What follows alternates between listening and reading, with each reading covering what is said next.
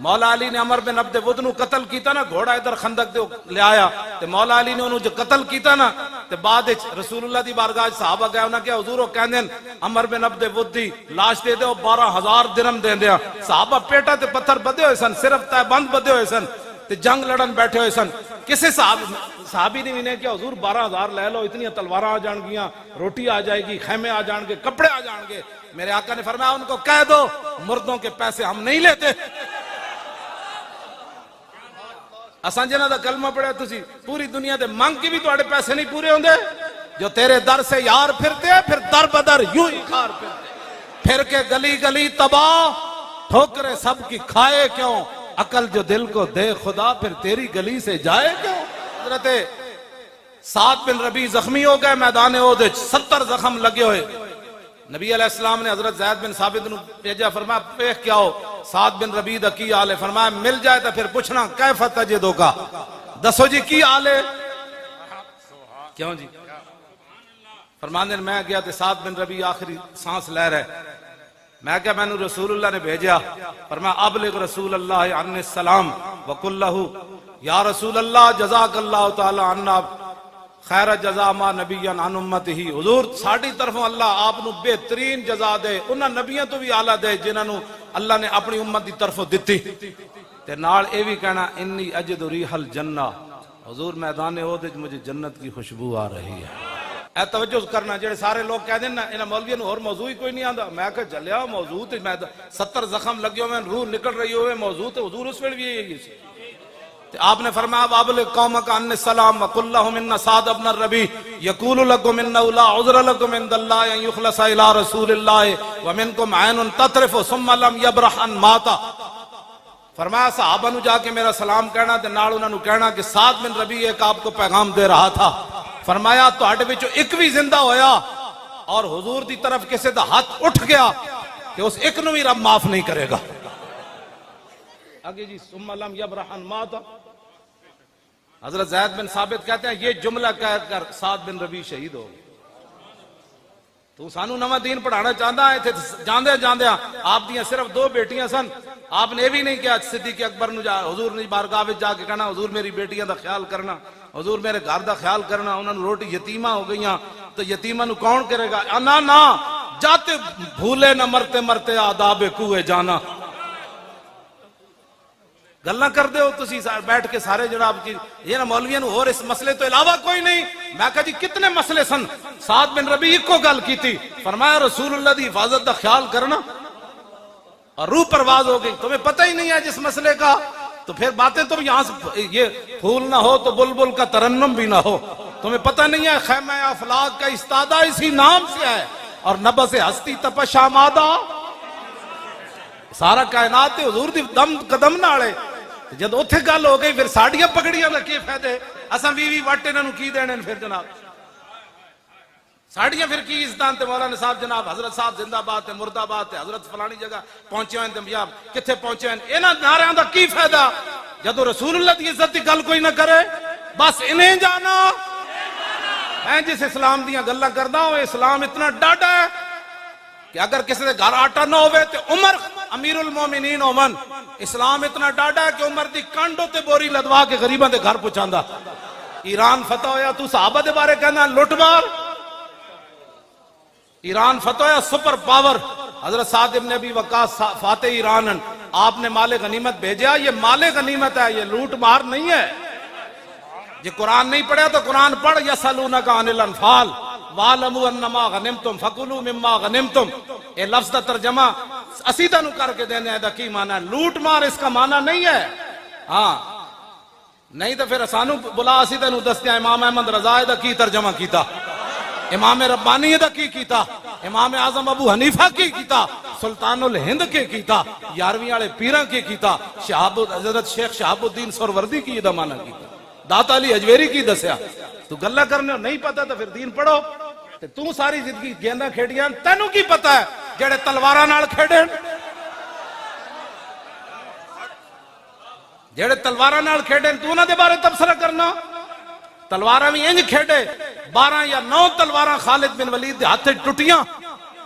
اقبال کہتا قبضے میں یہ تلوار بھی آ جائے تو مومن یا خالد جاں باز ہے یا حیدر کرا.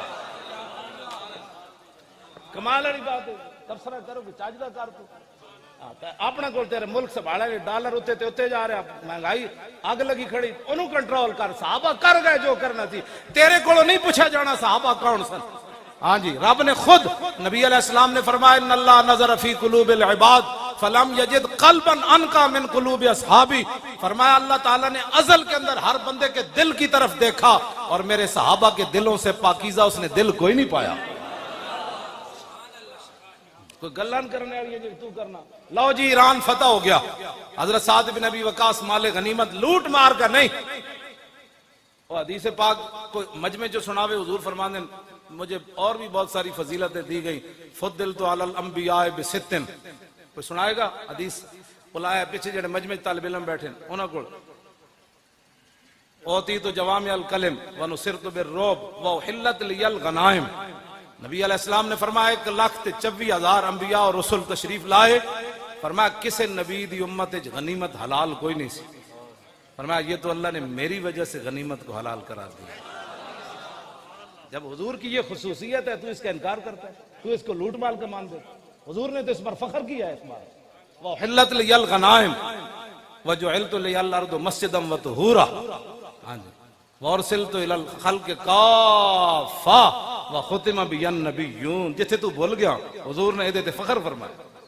حضور نے فرمایا کہ میں نے فخر اس بات ہوتے کہ میرے اوپر اللہ نے نبوت اور رسالت کو ختم کر دیا. لو جی مال غنیمت پہنچا مدینہ منورہ. حضرت سعد نے ایک رکا لکھیا حضرت عمر نو. فرمایا عرض کی تھی حضور اے جڑے سپاہیاں نو بعض جگہ سونے ہیرے جواہرات اس مقام تو ملے کہ اللہ تو علاوہ ویکھن والا کوئی نہیں سی, لیکن کسے سپاہی نے ایک سوئی دی بددیانتی نہیں کی تھی. تو صحابہ دے بارے کہنا لوٹ مار کر دے انہوں نے فوجی بھی لوٹ مار نہیں سن کر دے. حضرت عمر رو پہ حضرت عمر رو پہ جدو روئے نہ تھے. حضرت مولا کائنات حضرت علی مرتضیٰ ساتھ تشریف فرماتے انہوں نے حضرت عمر کے کاندھے پر ہاتھ رکھا. فرمایا عمر روتا کیوں ہے؟ عففت عفت الرعیہ. فرمایا جب تو بددیانت نہیں ہے تو تیری رعایا کیسے بددیانتی کر سکتی. حضرت عمر فتح بیت المقدس واسطے مدینہ منورہ انہاں دے سپر پاوراں دشمن سن. اج ساڑیاں بہت دشمن ہیں. سپر پاور دشمن سن انہاں دے. مدینہ پاک تو کلے چلے ایک کوٹھ تے نال ایک غلام تے نال حضرت عمر. کیوں جی انہاں دے جسم نہیں سن, تیر نہیں سن لگدے انہاں نو تلواریں نہیں سن, انہاں دیاں دشمنیاں کوئی نہیں سن. تو اسی دا 10 گڈیاں اگے تے 10 پیچھے تے حضرت عمر کلے چلے مدینہ منورہ تو بیت المقدس. آپ نے فرمایا بھئی 2 تو اٹھ لے نہیں سکتے قوم دا خزانہ ہے.